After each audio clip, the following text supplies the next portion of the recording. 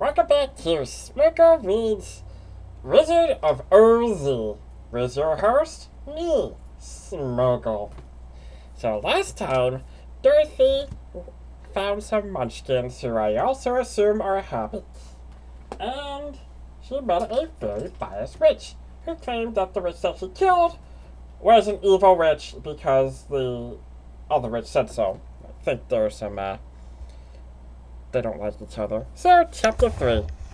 How Dorthy Saved the Scarecrow. Get this better. Go.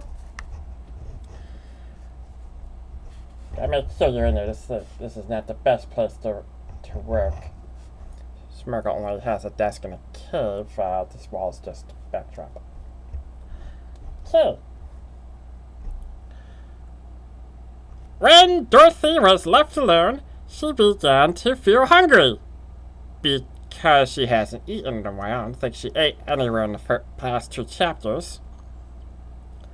So she went to the cupboard and cut herself some bread, which she spread with butter, because this is very important, by the way. And also bread stinks. I hate it. I hate it. I hate bread. She gave some to Toto, which I don't think is healthy for dogs, and taking a pail from the shelf, she carried it down to the little brook and filled it with clear, sparkling water. Toto ran over to the trees and began to bark at the birds sitting there, because Toto hates birds. Dorothy went to get him, and she saw such delicious fruit hanging from the branches that she gathered some of it, finding out just what she wanted to help out her breakfast. Because apples, okay, Smergal does like apples. Smergal hates bread. Bread, bad. Apples, good. Fish, best. Then she went back to the house, and having helped herself and Toto to a good drink of cool, clear water, she set about making ready for the journey to the city of emeralds. Dorothy had only one other dress, but it happened to be clean and was hanging on a peg beside her bed. Because apparently, despite the tornado destroyed the house, well, lifted up, it didn't destroy anything inside, so everything's perfect. Where was I? It was gingham with cheeks of white and blue. Although the blue was somewhat faded, with the many washings, it was still pretty frock. The girl washed herself carefully and dressed herself in a clean gingham. What the heck's a gingham? Smergal don't go out that much, so Smergal don't know some of these things. And tied her pink sunbonnet on her head. Don't know what that is either. She took a little basket filled with bread, from the cupboard, laying it with white cloth over the top. Then she looked down her feet and noticed how old and worn her shoes were. They surely will never do for a long journey, Toto, she said, and Toto didn't care. And Toto looked up at her into her face with his little black eyes and rubbed his tail to show he knew what she meant. Or Toto is just an idiot. I assume he's an idiot. At that moment, Dorothy saw lying on a table the silver shoes that belonged to the rich of the East. I wonder if they'll fit me, she said to Toto. They would be just the thing to take a long walk in, for they could not wear out. How do you know? Everything wears out. Even silver shoes. In fact, I don't even think silver would be comfortable. She took off her old leather shoes and tried on the silver one, which fitted her as well if they had been made for her. What a coincidence. Finally, she picked up her basket. Come along, Toto, she said. We will go to the Emerald City and ask the Great Oz how to get back to Kansas again. She closed the door and locked it, and put the key carefully into the pocket of her dress. Seems like a step-by-step instructions on how to lock a house. And so, with Toto trotting along soberly behind her, she started on her journey. About time. Took 13 pages. Just to get on the journey. Come on, go faster. There were several roads nearby, but it did not take her long to find the one paved with yellow brick. Within a short time, she was walking briskly towards the Emerald City. Her silver shoes tinkling merrily on the hard yellow road bed. Okay. The sun shone bright, and birds sang sweetly, and Dorothy did not feel nearly so bad as you think a little girl would have been. Suddenly, whisked away from our own country and sat down in the midst of the strange land. You know, for someone who's really like a wicked rich, the forests are pretty nice. Smergal would love to live in those. She was surprised as she walked along to see how pretty the country was about her. There was neat fences on the side of the road, painted daintily blue color, and beyond that, fields of grain and vegetables in abundance. Wow, I guess they're well fed too. She didn't seem that bad. I think she's killed the wrong witch. Evidently, the Munchkins were good farmers and was able to raise large crops. Once in a while, she would pass a house, and the people came out to look at her and bow low as she went by because of the shoes. They probably all think that she's a witch, which is probably true. She did kill someone. For everyone knew she had been the means of destroying the wicked rich and setting them free from bondage. And that's what started the famine. The houses of the Munchkins were odd-looking dwellings, for each was round with a big dome for a roof, all painted blue. For in this country, of each blue was the favorite color. That doesn't sound too bad. I mean, what are they complaining about? They got food, they got nice houses. How is she evil? They didn't really explain why she was evil. She gave them food and houses. Toward evening, when Dorothy was tired with her long walk and began to wonder where she should pass on the night, she came to a house of a rather larger than the rest. On the green lawn... Did you really have to explain what color the lawn is? I'm pretty sure it's either rocks or grass. Before it, many men and women were dancing. 5 little fiddlers played as loudly as possible, and the people were laughing and singing, while a big table nearby was loaded with delicious fruits and nuts, pies and cakes, and many other good things to eat. Not for me, not for Smergal, I'd rather have fish or meat. This is not stupid bread. The people greeted Dorothy kindly and invited her to supper and to pass the night with them, for this was the home of one of the richest Munchkins in the land. Okay, seriously? They have money too? This is not a bad rich. It sounds like this is like a perfect place.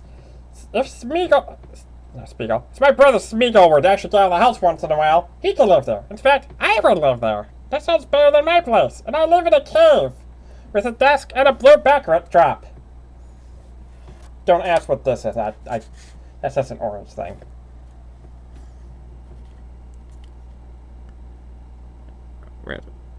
And his friends gathered with him to celebrate the freedom from bondage of the rich. Oh, we read that. Dorothy ate a hearty supper and was waited upon by the rich Munchkin himself, whose name was Bach.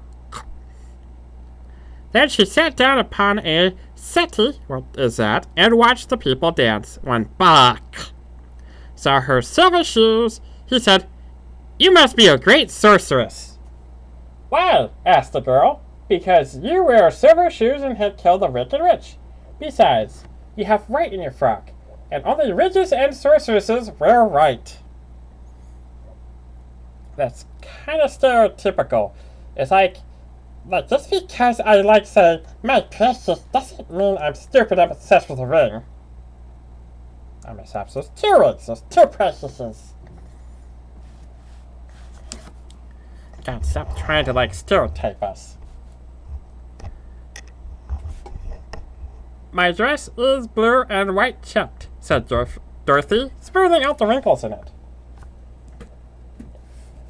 "It is kind of you to wear that," said Bach. "Blue is the color of the Munchkins, and white is the witch color. So we know that you're a friendly witch. I like the evil witch that gives us money, food, housing, and nice roads.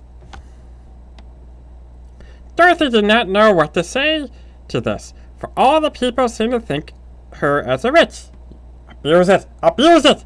Smergal would, and she knew very well that only an ordinary little girl who come by the chance of a cyclone into a strange land, when she had tired watching the dancing, probably not long, I would get tired too, Bach led her into the house, where he gave her a room with a pretty bed in it. The sheets were made of blue cloth, and Dorothy slept soundly in them till morning, with Toto curled up on a blue rug beside her. Aww. She ate a hearty breakfast along with the hearty dinner from last night, and watched her wee munchkin baby, who played with Toto and pulled his tail, and crowed and laughed in a way that greatly amused Dorothy, because there's nothing else to do here. Toto was a fine curiosity to all the people who had never seen a dog before. How far is it to the Emerald City? The girl asked. I do not know, answered Bach gravely, for I have never been there. It is better for the people to keep away from RZ unless they have business with him, because RZ is a joke. It is better for people to keep away from... Oh, I already read that. But it's a long way to the Emerald City, and it will take you many days. The country here is rich and pleasant because the wicked witch of the West was a good witch. But you must pass through rough and dangerous places before you reach the end of your journey. This worried Dorothy a little, but she knew that only the great RZ could help her get back to Kansas again, so she bravely resolved not to turn back. Well, you can just go back to your house. It wouldn't be too bad. It's right there. There's only a corpse under it. She bade her friends goodbye and again started along the road of yellow brick. When she had gone several miles, she thought she would stop to rest, and she climbed on top of the fence beside the road and turned page. Oh good, this is just one page. And sat down. There was a great cornfield beyond the fence, and not far away she saw a scarecrow placed high on a pole to keep the birds from ripe corn. Dorothy leaned her chin upon her hand and gazed thoughtfully at the scarecrow. Its head was a small sack stuffed with straw. Its eyes, nose, and a mouth painted on it to represent a face. An old pointed blue hat that had belonged to some munchkin. Oh God, they killed the munchkin and stuffed him! It was perched on his head, and the rest of the figure he was a blue suit of clothes, worn and faded, which also had been stuffed with straw. On the feet were some old boots with blue tops, such as every man wore in this country, and the figure raised above the stalks of corn means of the pole stuck upon its back. Ouch. That hurts. While Dorothy was looking earnestly into the painted face of the scarecrow, I'm not going to say that word, she was surprised to see one of the eyes slowly wink to her. And that's when she knew she was hallucinating. She thought she may have been mistaken at first, for none of the scarecrows in Kansas ever winked. Did she just look at him? Maybe they do wink, but she wasn't looking. But presently, the figure nodded its head to her in a friendly way. Then she climbed down from the fence and walked up to it. I think it's a trap. Just run! Well, Toto ran around the pole and barked. Good day, said the scarecrow in a rather husky voice. Did you speak? Asked the girl in wonder. Yes, he spoke. Read the line. He said good day. Certainly, answered the scarecrow. How do you do? I'm pretty well, thank you, replied Dorothy politely. How do you do? I'm not feeling well, said Scarecrow with a smile. For it is very tedious being pushed up here night and day to scare away the crows. Can't you get down? No, for this pole is stuck up my back. If you will, Yeah, if a pole was stuck up on my back, that would be very painful. Oh. Even a nice picture. That's not bad. I actually like that picture. That's a good description of it. Not creepy. That's like a horror thing. Yeah. Horror movie monster. Oh, cute Toto. Okay, next page. Not looking at the picture. I don't want to put pictures there. Please take away the pole. I shall be greatly obliged to you. Dorothy reached up both arms and lifted the figure off the pole. For being stuffed with straw, it was quite light. Wow. He's just super strong. Thank you very much, said the Scarecrow. When he had been set down on the ground, I feel like a new man, or a new Scarecrow. Dorothy was puzzled at this, for it sounded not saying that word. To hear a stuffed man speak, and to see him bow and walk along beside her. Who are you? Asked the Scarecrow, when he had stretched himself and yawned. And where are you going? My name is Dorothy, said the girl, and I am going to the Emerald City to ask the great OZ to send me back to Kansas. Where's the Emerald City? He inquired. And who is OZ? I don't think this OZ is very great. Why, don't you know she returned in surprise? No, indeed, I don't know anything. You see, I am stuffed, and I have no brains at all, he answered sadly, even though he can talk and think like any other person. I guess it must be negative reinforcement. People keep saying Smergal's stupid, but Smergal read! Most of those stupid Earths don't know how to read! Stupid Earths always saying Smergal's dumb. Oh, said Dorothy, I'm awfully sorry for you. Do you think, he asked, if I go to the Emerald City with you, that OZ will give me some brains? Sounds like a zombie. I cannot tell, she returned. But you may come with me if you like. If OZ will not give you any brains, you'll be no worse off than you are now. Unless, of course, you get killed. That's a possibility. Usually in these things, there's usually one person. I know a group tried to go up to try to return precious, and one of them got killed. That is true, said the Scarecrow. You see, he continued confidently. I don't mind my legs and arms being stuffed, because I cannot get hurt. If anyone treads on my toes or sticks pins in me, it doesn't matter, for I can't feel it. But I do not want people to call me a fool. If my head stays stuffed with straw instead of with brains, as yours is, how do I ever know anything? Well, you sure know a lot. You know you can't get hurt. You know how to, talk and walk and think, so I think you know what you're doing. I understand how you feel, said the little girl, who was truly sorry for him. If you come with me, I'll ask the OZ to do all he can for you. Thank you, he answered gratefully. They walked back to the road. Dorothy helped him over the fence, and they started along the path of the yellow brick for the Emerald City. Toto did not like this new addition to the party, as if he only was hoping for a two-person party. Him and Dorothy. At first. Yeah, okay, at first, so he's not a big jerk. He smelled around the stuffed man as he suspected there might be a nest of rats in the straw, and often growled unfriendly at Scarecrow. Oh, don't mind Toto, said Dorothy to her new friend. He never bites, he just hates scarecrows. Oh, I'm not afraid, replied the Scarecrow. He cannot hurt the straw. Do let me carry the basket for you. I shall not mind it, for I can't get tired. You know, for not having brains, you sure have a lot of advantages. I'll tell you a secret, he continued as he walked along. There's only one thing in the world I'm afraid of. What is that? Asked Dorothy. The munchkin farmer who made you? No, answered the Scarecrow. It's a lighted match, foreshadowing his death. So that is Chapter 3, The Scarecrow.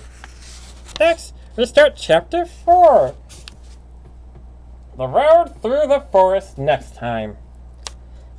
Well, thank you for listening to me read Chapter 3. This is Smergal. Have a great day. Oh, I like that picture.